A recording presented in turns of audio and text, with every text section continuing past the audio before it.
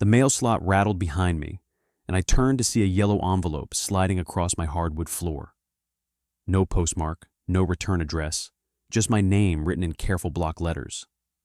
My hands trembled slightly as I tore it open and read the single line inside. "You think you won? Check Margaret's old filing cabinet in the HOA office basement." I set the letter down on my granite countertop, my reflection staring back at me from the stainless steel refrigerator. The man looking back seemed older, more weathered than the peaceful suburban dad I'd been just 14 months ago. "Daddy, why is there still a no swimming sign at our lake?" My 8-year-old daughter Emma's voice drifted down from the staircase, innocent and curious.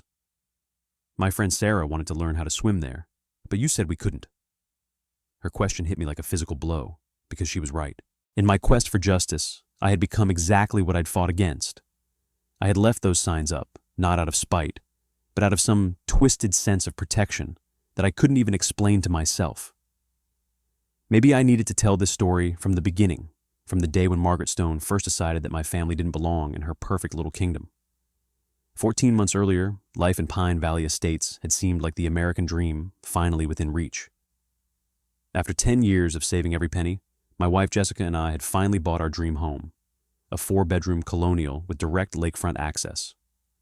I was working as a construction project manager, pulling in decent money, and we thought we'd found our slice of paradise. The lake stretched out behind our property like a private oasis, and our daughter Emma spent her first summer there catching fireflies and learning to skip stones. I should have known that happiness like that never lasts without someone trying to take it away from you. The first shot across the bow came on a humid Tuesday morning in July. Emma and I had spent the weekend building a small camping tent in our backyard, complete with battery-powered lanterns and her stuffed animal collection arranged like a wilderness expedition. She was so proud of our little adventure setup that she begged to sleep out there another night. Monday morning, I was loading my truck for work when I noticed Margaret Stone standing at the edge of our property line, her perfectly coiffed blonde hair gleaming in the morning sun, clipboard in hand like some suburban general surveying a battlefield. She was probably in her mid-40s, impeccably dressed even at 7 in the morning, with a kind of predatory smile that makes you check your wallet. By the time I returned home that evening, there was an official-looking envelope taped to my front door. Notice of violation, fine, $500. Reason: unauthorized temporary structure in violation of Pine Valley Estates Covenant, Section 12.4. No temporary buildings, tents, or structures may be erected on any lot without prior written approval from the HOA board. I read the notice 3 times, my blood pressure rising with each pass. A camping tent that my daughter could crawl into was apparently a temporary building that threatened the very fabric of our community. The fine was due within 10 days, or additional penalties would be assessed. That weekend, Jessica and I decided to test the boundaries of Margaret's interpretation of the rules. We parked our Honda Civic on the street overnight on a Saturday, something we'd done dozens of times before without issue. Sure enough, Monday morning brought another fine, $300 for overnight street parking in violation of community standards. When I checked the actual HOA covenant that evening, I discovered that overnight street parking was only prohibited between midnight and 6 a.m. on weekdays. It had been Saturday night. Margaret was either incompetent or deliberately targeting us, and I was beginning to suspect the latter. The pattern continued with increasing absurdity over the following weeks. A $200 fine for flying an American flag on the wrong federal holiday. A $400 penalty for excessive noise disturbance when I started my lawnmower at 7:15 on a Saturday morning, apparently 15 minutes before the acceptable weekend maintenance hours began. Another $600 citation when the roses Jessica had planted along our front walkway grew 3 inches taller than the maximum allowable height for decorative landscaping. Each fine came with Margaret's signature and that same predatory smile I'd seen that first morning. What bothered me most wasn't the money, although nearly $2,000 in fines was starting to strain our budget. It was the surgical precision with which Margaret targeted our family, while seemingly ignoring identical violations from other residents. Our neighbor Frank had been parking his work van on the street for months without consequence. The Martinez family 2 houses down had a decorative fountain that was clearly louder than my lawnmower, but they never received a single citation. Margaret was playing a game, and we were the only players who didn't know the rules. The breaking point came on a sweltering Thursday afternoon when Emma was riding her pink bicycle in gentle circles around our cul-de-sac. She was wearing her helmet, staying on the sidewalk, and generally being the kind of responsible kid that makes a parent proud. Margaret appeared as if summoned by some suburban sense that detected happiness within a 3-block radius. She marched up to Emma with her clipboard and actually scolded an 8-year-old child for operating a wheeled vehicle at speeds exceeding the community safety guidelines. Emma came inside crying, asking if she was in trouble and whether the scary lady was going to take her bike away. The confrontation that would define everything happened 3 weeks later at the monthly HOA meeting in the community center that smelled like stale coffee and bureaucratic disappointment. The meeting room could hold about 60 people, but tonight it was packed with nearly 50 households, an unusually large turnout that suggested word was spreading about Margaret's increasingly authoritarian approach to community management. I had spent the previous week researching HOA law, studying our covenant documents, and preparing what I thought would be a reasonable, measured response to the harassment my family had been enduring. I was still naive enough to believe that logic and fairness might prevail. Margaret opened the meeting with her usual performance, standing behind the podium like she was addressing the United Nations rather than a suburban homeowners association. She wore a navy blazer that probably cost more than my monthly mortgage payment, and her smile had the warmth of a tax audit. "Tonight we need to address some concerning trends in community compliance," she announced, her voice carrying just enough authority to make grown adults shift uncomfortably in their folding chairs. "We have residents who seem to believe that rules are suggestions rather than requirements, and that attitude threatens everything we've built here in Pine Valley Estates." When she opened the floor for new business, I stood up with a folder full of documentation and what I hoped was a calm, reasonable tone. "I'd like to discuss the recent pattern of selective enforcement that seems to be targeting specific families while ignoring identical violations from others." I had prepared a PowerPoint presentation, legal citations, and photographic evidence of the double standards that were becoming impossible to ignore. Margaret's expression shifted from professional courtesy to something that looked like a predator who just spotted wounded prey. "Mr. Harrison," she interrupted before I could continue, "are you questioning the integrity of this board's enforcement procedures?" The way she said my name made it sound like an accusation rather than an identification. "Because I have to say, your family's pattern of violations suggests a fundamental disrespect for the community standards that make Pine Valley Estates the desirable neighborhood it is." The room fell silent, and I could feel 48 pairs of eyes watching this suburban gladiator match unfold. "Perhaps you'd be more comfortable in a community with lower standards." That's when Margaret made her fatal mistake. She smiled that predatory smile and delivered the blow that she thought would end the fight before it really began. "I understand you're facing some financial pressures at work, Tom. Word around the community is that your company is downsizing, and maybe you're looking for someone to blame for stress that's really about your own situation." She paused for effect, letting the implications sink in. "Have you considered that this neighborhood might be beyond your means? There are plenty of lovely communities with more flexible standards and more affordable price points." The silence that followed was so complete I could hear the fluorescent lights humming overhead. Margaret had just publicly suggested that I couldn't afford to live in my own home, and she'd done it with the casual cruelty of someone who'd never worried about a mortgage payment in her life. My hands clenched into fists under the table, and for a moment I considered doing something that would have given her exactly the excuse she needed to have me removed from the community entirely. Instead, I stood up slowly, my chair scraping against the linoleum floor with a sound that seemed to echo forever. "You're right about one thing, Margaret," I said, my voice barely controlled, but carrying to every corner of the room. "I am facing financial pressure. It's the $2,300 in bogus fines you've levied against my family in the past 6 weeks." I opened my folder and began reading from the list I'd compiled. A $500 fine for a camping tent that my daughter used for exactly 2 nights. $300 for parking on the street on a Saturday night when your own rules only prohibit weekday overnight parking. $600 for roses that were exactly the same height as the ones growing in front of the community center. Margaret's composure cracked just slightly, and I saw something flash behind her eyes that looked like panic. "Those fines were issued according to established procedures and documented violations," she snapped, but her voice had lost some of its earlier authority. "If you have a problem with legitimate enforcement actions, you're free to appeal through the proper channels." She gestured dismissively, but I noticed her hand was trembling slightly. "However, I won't allow this meeting to be hijacked by one resident's personal grievances." "Personal grievances?" I repeated, my voice rising despite my efforts to stay calm. You threatened my 8-year-old daughter for riding her bicycle on the sidewalk. You fined us for violations that don't exist in the actual covenant documents. And now you're publicly suggesting that my family should move away because we can't afford to live here. The room was electric with tension, and I could see other residents nodding in recognition of their own experiences with Margaret's enforcement tactics. That's when Margaret played her nuclear card.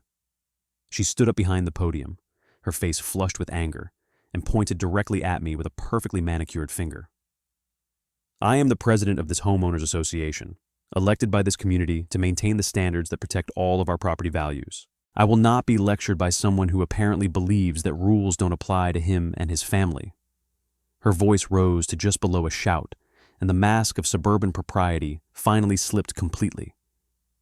You have 48 hours to remove those ridiculous signs from your lake and comply with all outstanding violation notices, or this board will take legal action to protect this community from residents who refuse to respect our shared values. The room erupted in uncomfortable murmurs and shifted glances, but nobody spoke up. I realized in that moment that I was completely alone in this fight, facing down a woman who had just threatened legal action against my family in front of 50 witnesses, and not one person was willing to stand with me. Margaret smiled that predatory smile again, apparently satisfied that she'd established dominance in front of her audience. I gathered my papers, looked around the room at faces that refused to meet my eyes, and walked out without another word. But as I reached the door, I heard her voice carrying across the room with unmistakable triumph. Some people need to learn the hard way that actions have consequences.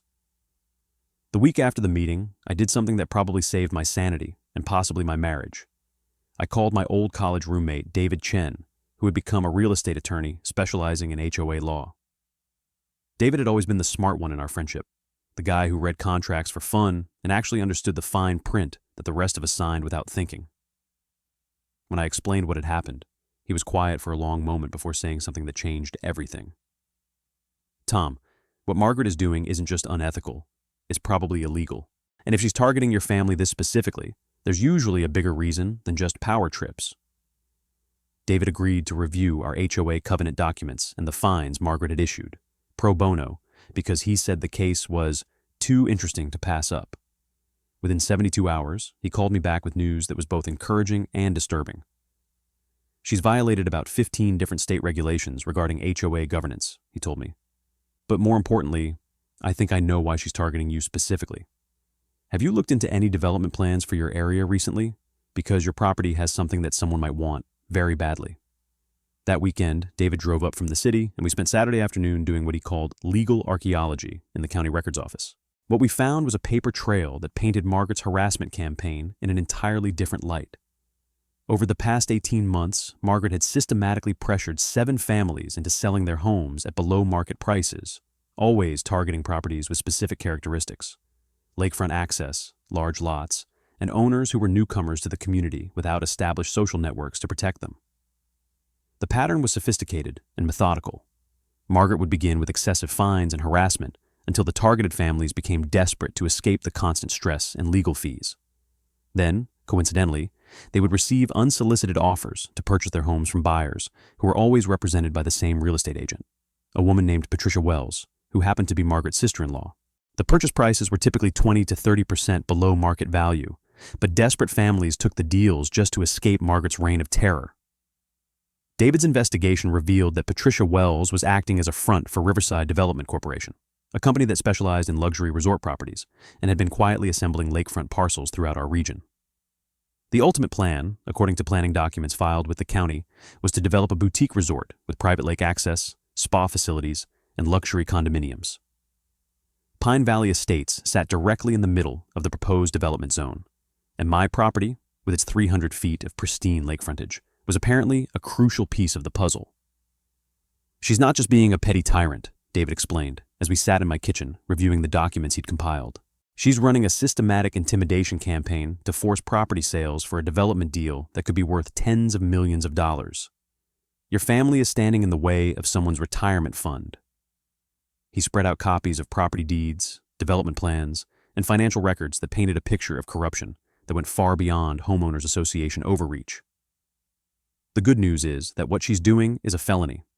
The bad news is that she's probably just the visible face of something much larger. Over the following month, David and I built a case that would have made a prosecutor weep with joy. We documented every violation of HOA governance law, every instance of selective enforcement, and every connection between Margaret's harassment campaigns and the subsequent property sales to Riverside Development. We collected sworn statements from the families who had been forced to sell their homes, and we discovered financial records showing that Margaret had received substantial consulting fees from Riverside Development over the past 2 years. The smoking gun came from an unexpected source: Margaret's own administrative assistant, a woman named Carol, who had been growing increasingly uncomfortable with the direction she was being given. Carol provided us with copies of emails between Margaret and Riverside Development, including detailed plans for resident management strategies and timelines for acquisition completion. In one particularly damning email, Margaret had written, "The Harrison property is proving more resistant than anticipated, but I'm confident we can increase pressure sufficiently to motivate a sale within 60 days. But building a legal case was only half the battle. David explained that we needed to be strategic about how we use this information, because Margaret likely had contingency plans for handling direct confrontation. She's been doing this for 2 years without getting caught, he warned me. That suggests she's either very smart or very well connected, possibly both. If we come at her directly, she'll have time to destroy evidence and spin the narrative in her favor." Instead, David proposed what he called a controlled detonation strategy. We would continue to document Margaret's behavior while simultaneously feeding information to the appropriate state agencies for investigation. Meanwhile, I would play the role of the defeated homeowner, appearing to give up the fight while actually gathering the final pieces of evidence we needed for a bulletproof case. "Let her think she's won," David advised. "Overconfident people make mistakes, and Margaret has been getting away with this for long enough that she probably thinks she's untouchable." The hardest part was maintaining the pretense at home. Jessica knew something was going on, but I couldn't explain the full scope of what we'd discovered without risking her accidentally revealing our plans. I told her we were working on fighting the fines through legal channels, which was technically true, but I couldn't tell her that we were actually building a case that could result in felony charges for multiple people. Emma kept asking why I seemed so distracted, and I struggled to be the father she deserved while carrying the weight of what I'd learned about our community. The transformation I underwent over the next 6 weeks would have been worthy of an Academy Award, if there were Oscars given for suburban psychological warfare. I began appearing at HOA meetings with a completely different demeanor, carrying flowers instead of legal documents, and speaking with the tone of a man who had been humbled rather than someone planning a counterattack. The first time I stood up at a community meeting and publicly apologized for my inappropriate behavior and disrespectful attitude, I could see the surprise and satisfaction wash over Margaret's face like she was watching her favorite movie. "I want to apologize to this community, and especially to Margaret, for allowing my personal stress to interfere with my responsibilities as a neighbor," I said, my voice carefully modulated to sound contrite rather than defeated. "I realize now that the rules we all agreed to follow are what make Pine Valley Estates the special place it is, and I should have respected that from the beginning instead of making everyone uncomfortable with my complaints." The words tasted like sawdust in my mouth, but I could see Margaret practically glowing with vindication as she accepted my apology with gracious magnanimity. Over the following weeks, I became the model resident that Margaret had apparently been trying to create all along. I volunteered for community cleanup days, contributed generously to the HOA Holiday Decorating Fund, and even organized a neighborhood barbecue that I specifically invited Margaret to attend as the guest of honor. I asked her advice on landscaping decisions, complimented her leadership during community meetings, and generally played the role of a reformed troublemaker who had seen the error of his ways. The barbecue was particularly important because it gave me the opportunity to have private conversations with Margaret while she was relaxed and off guard. "You know, Margaret, I've been thinking about what you said that night about finding a community that's a better fit for our family," I mentioned casually as she sampled Jessica's famous potato salad. "We're not in any hurry, but I'm curious about the real estate market around here. Do you happen to know anyone who could give us some advice about property values and timing?" Margaret's eyes lit up like Christmas morning, and I could practically see the dollar signs dancing in her pupils. "Actually, Tom, I do know someone who specializes in properties like yours. My sister-in-law, Patricia, is one of the top agents in the region, and she's helped several families from Pine Valley Estates make transitions that worked out very well for everyone involved." She leaned in conspiratorially, lowering her voice as if she were sharing insider information. "Between you and me, The market for lakefront properties is particularly strong right now, and there are some developers who are paying premium prices for the right locations. That conversation gave me exactly what David and I needed.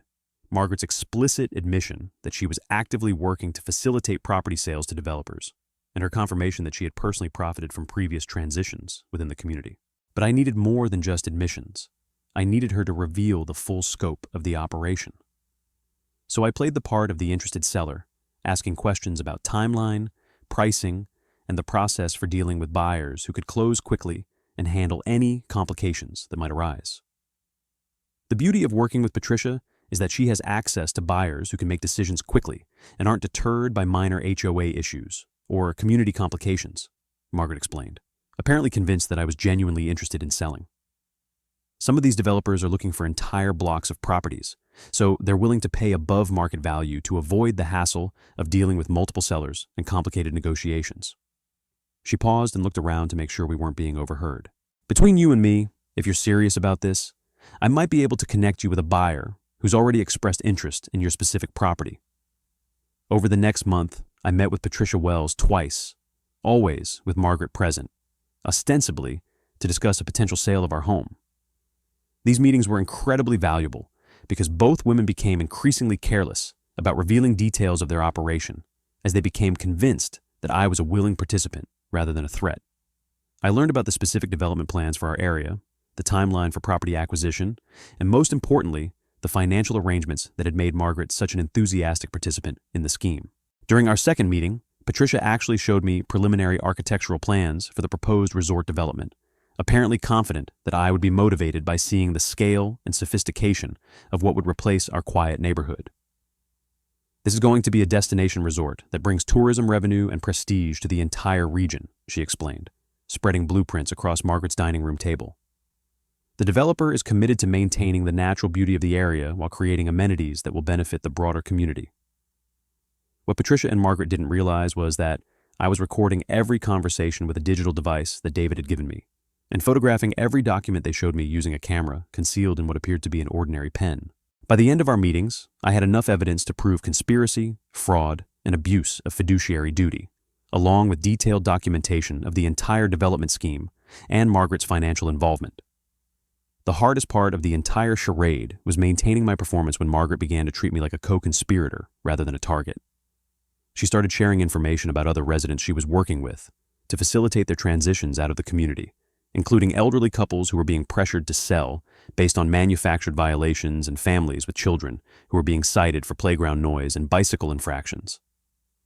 Listening to her casual descriptions of psychological warfare against my neighbors without being able to warn them was one of the most difficult things I'd ever done. But the performance was working exactly as David had predicted. Margaret's confidence in her control over the situation made her careless about operational security, and her eagerness to close the deal on my property led her to reveal information that she never would have shared if she considered me a threat. By the end of the month, we had enough evidence to file complaints with the State Attorney General's office, the County Planning Commission, and the State Real Estate Licensing Board. The end came on a Saturday morning that started like any other community meeting, with Margaret standing behind the podium in the community center, radiating the confidence of someone who believed she controlled every variable in her environment. She had called this special meeting to announce what she described as exciting development opportunities that would enhance property values and bring new amenities to Pine Valley Estates. 43 households were represented, the largest turnout in the community's history, though Margaret attributed the attendance to enthusiasm for her leadership rather than growing suspicion about her motives. Today marks the beginning of a new chapter for our community, Margaret announced, her voice carrying the authority of someone who had never been seriously challenged. After months of careful planning and negotiation, I'm pleased to announce that we have an opportunity to partner with a premier development company to enhance our amenities and create a resort-style living experience that will significantly increase all of our property values. She clicked through a PowerPoint presentation showing architectural renderings of luxury condominiums, spa facilities, and a private marina that would replace half of the existing homes in Pine Valley Estates. I sat in the back row, maintaining the mild expression of someone who was pleasantly interested but not particularly surprised by the announcement. Margaret had briefed me on her plans during our private discussions about my potential property sale, so I knew exactly what she was going to propose and how she planned to present it to the community. What she didn't know was that 3 state investigators were sitting in the parking lot, waiting for my text message to join the meeting. I know some of you may have concerns about change, Margaret continued, her tone suggesting that such concerns would be unreasonable and selfish. But I want to assure everyone that this development partnership has been structured to benefit every resident of Pine Valley Estates.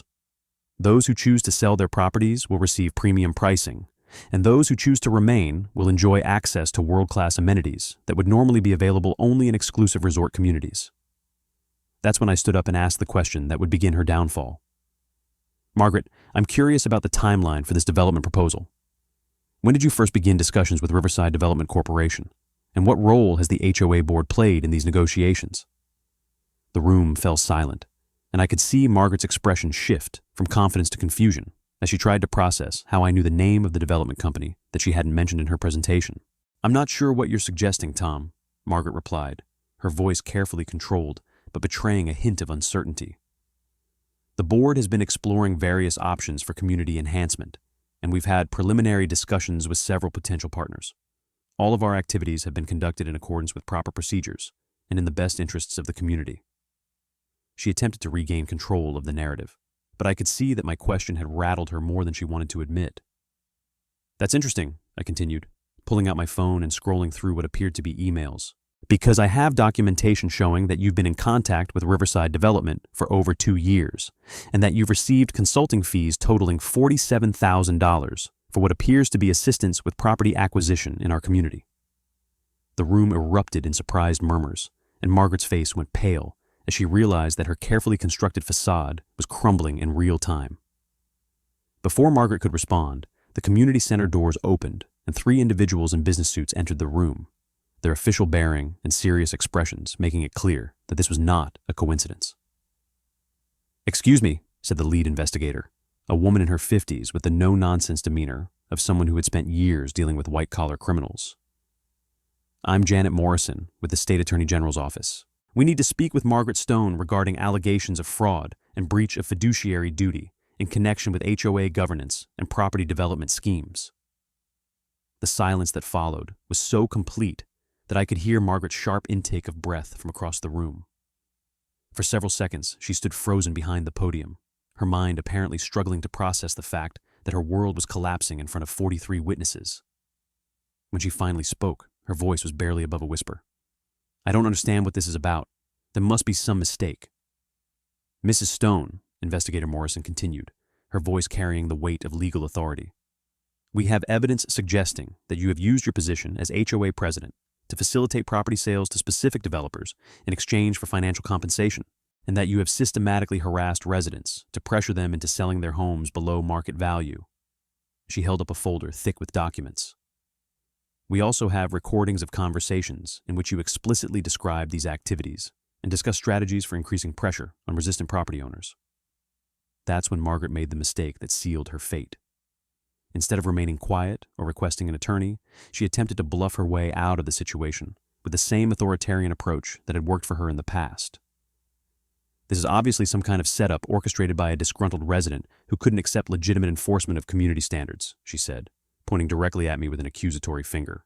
"Tom Harrison has been conducting a harassment campaign against me for months because he refuses to follow the rules that everyone else respects."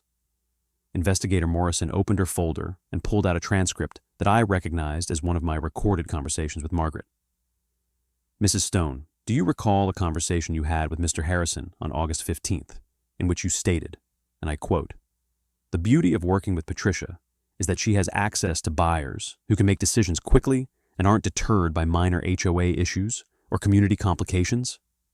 Margaret's face went white as Morrison continued reading from the transcript. "And do you recall saying, 'Some of these developers are looking for entire blocks of properties, so they're willing to pay above market value to avoid the hassle of dealing with multiple sellers and complicated negotiations?'"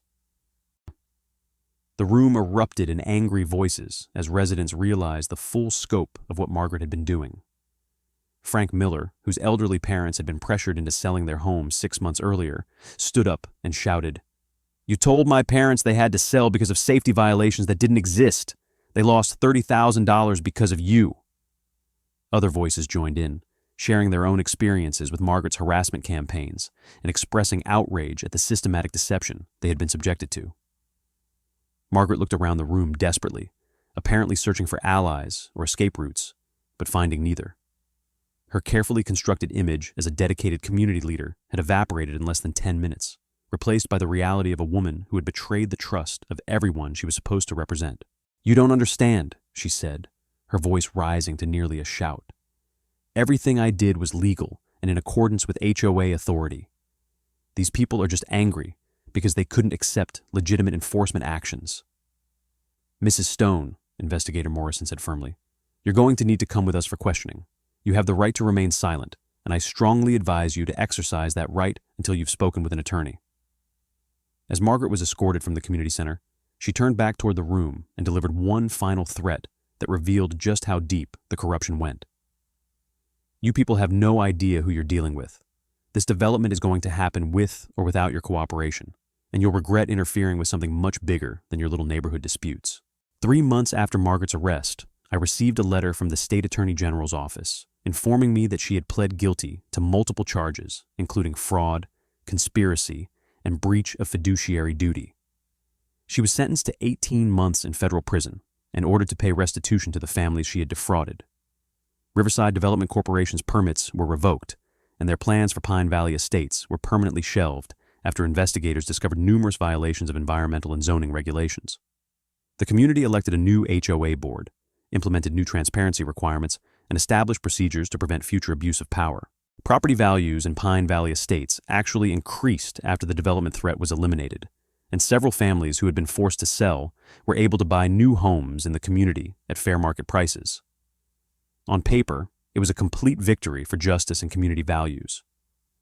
But as I stood in my kitchen that autumn afternoon, holding the anonymous yellow letter that had started me on this journey of remembrance, I realized that victory had come with a price I hadn't anticipated. The man who had fought Margaret Stone was not the same person who had moved to Pine Valley Estates with dreams of suburban tranquility.